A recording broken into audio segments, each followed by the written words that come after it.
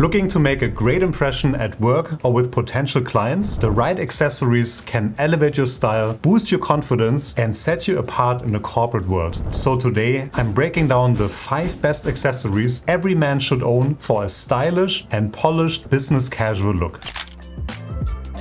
If you regularly wear a suit or sport coat, a pocket square is a must-have. It's one of the easiest and most affordable ways to instantly upgrade your office wardrobe. Take a look at the sport coat on the left and compare it to the one on the right. That little pop of color peeking out of your chest pocket makes a huge difference, especially since most men skip this accessory entirely. Wearing a pocket square not only makes you stand out, but also shows that you truly care about your appearance. For a versatile starter option, I recommend a white linen or cotton pocket square for several reasons. It pairs well with almost any color of sport coat, the subtle texture works with both smooth and rougher fabrics, and it's very affordable. You can find them for as little as $20. And once you have this basic color covered, you can explore more unique designs like elegant patterns, Japanese-inspired art, beautiful animal prints, and many more.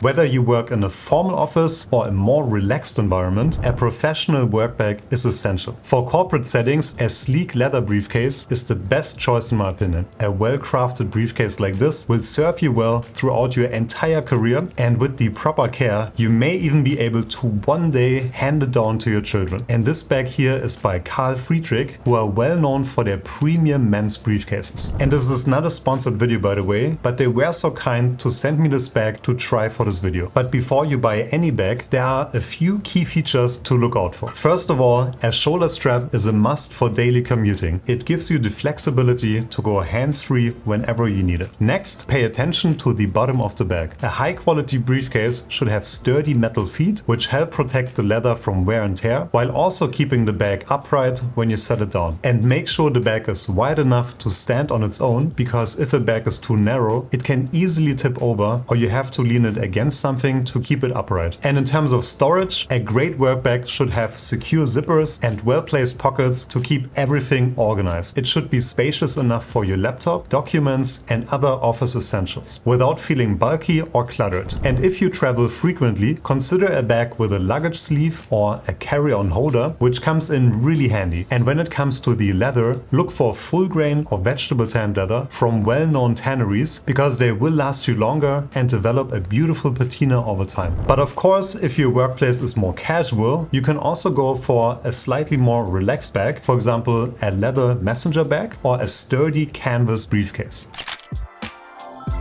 These days, hardly anyone wears ties anymore, so you might be wondering why I'm including them in a list of essential accessories. And I get it, you might not enjoy wearing a tie, and maybe you don't even need one for your day-to-day work. But no matter how casual things have become, there will always be certain occasions where a tie is expected. This could be weddings, important work events, or crucial client meetings. You don't want to be the guy who shows up with a cheap, poorly made tie that ruins an otherwise great outfit. But how many ties do you actually need? If you don't wear ties regularly, you really don't need a massive collection. In my opinion, having just 2 or 3 high quality ties is the bare minimum. If you want a bit more variety, somewhere between 4 and 7 is a great range to aim for. This gives you enough options to keep your outfits interesting. So how do you pick the right tie? When it comes to choosing the right tie, texture makes all the difference, because texture will make it suitable for a variety of sport coats. Some of the best options include knitted ties, which are a great way to add a touch of casual sophistication. Grenadine ties, which are subtle, refined, and extremely versatile. Or shantung ties, which have a slightly slubby texture that looks incredible and adds a ton of visual interest to your outfits. I saw a video recently by Efe Efeturi, and he was wearing this incredible shantung tie that really caught my eye, especially because it worked with so many different types of jackets, from super casual to more elegant. And the reason for that is the interesting texture of the tie. Now, I can't really give you specific recommendations because ties are such a personal matter, but you can never go wrong sticking to classic colors such as navy, burgundy, green, brown, yellow, or orange. And I would go with a mix of solid color ties and subtle patterns to keep it professional and versatile.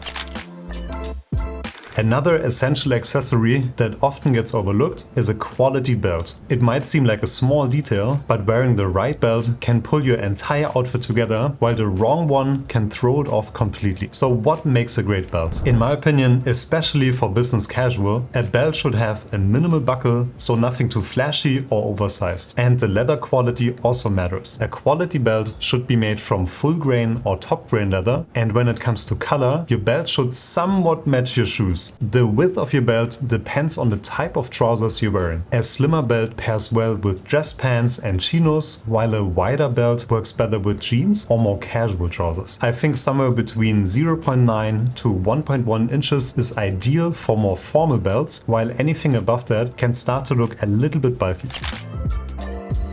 A classic understated watch is the perfect finishing touch for a business casual look. Now, when choosing a watch, you want to make sure it matches your overall style. A dress watch with a leather strap pairs beautifully with wool trousers and a sport coat, giving you a timeless, elegant look. On the other hand, a minimal steel watch like the Tissot PRX80 is incredibly versatile. You can wear it with jeans, chinos, and even more formal outfits, making it a great everyday choice. And just like ties, watches are a very personal choice, but no matter your budget, there are a few key things to consider before buying a watch. First of all, the watch size. One of the biggest mistakes people make is choosing a watch that's too large for their wrist. Many modern watches are quite large, which can look a bit overpowering, especially if you have slimmer wrists. And if you're unsure, it's always safer to go a bit smaller. A sleeker, more refined watch will always look better than one that's too bulky. And secondly, try to avoid buying watches from fashion brands like Hugo Boss, Michael Kors or Armani. These watches are usually overpriced, made with cheap materials, and are more about branding than quality. Instead, I would suggest to buy from a brand that actually specializes in watches. And the good news is that there are beautiful watches for any budget. I personally really like vintage quartz watches by Seiko or Citizen, which are super affordable on eBay. I actually bought this vintage Citizen watch secondhand for less than $25, and I think it looks pretty good, especially for the price. And if you have a limited budget, let's say below $200, you can try watches like the Seiko 5, Timex Marlin or Orient Bambino. And in the $500 to $1,000 range, you can find watches like the Tissot PRX80, the Hamilton Khaki Field, Baltic Aqua Sav, and even some entry-level Junghans watches. But the real fun begins above $1,000, where you can get watches like the Longines Dolce Vita, the Mühle Glashütte 29er or the Junghans Meister.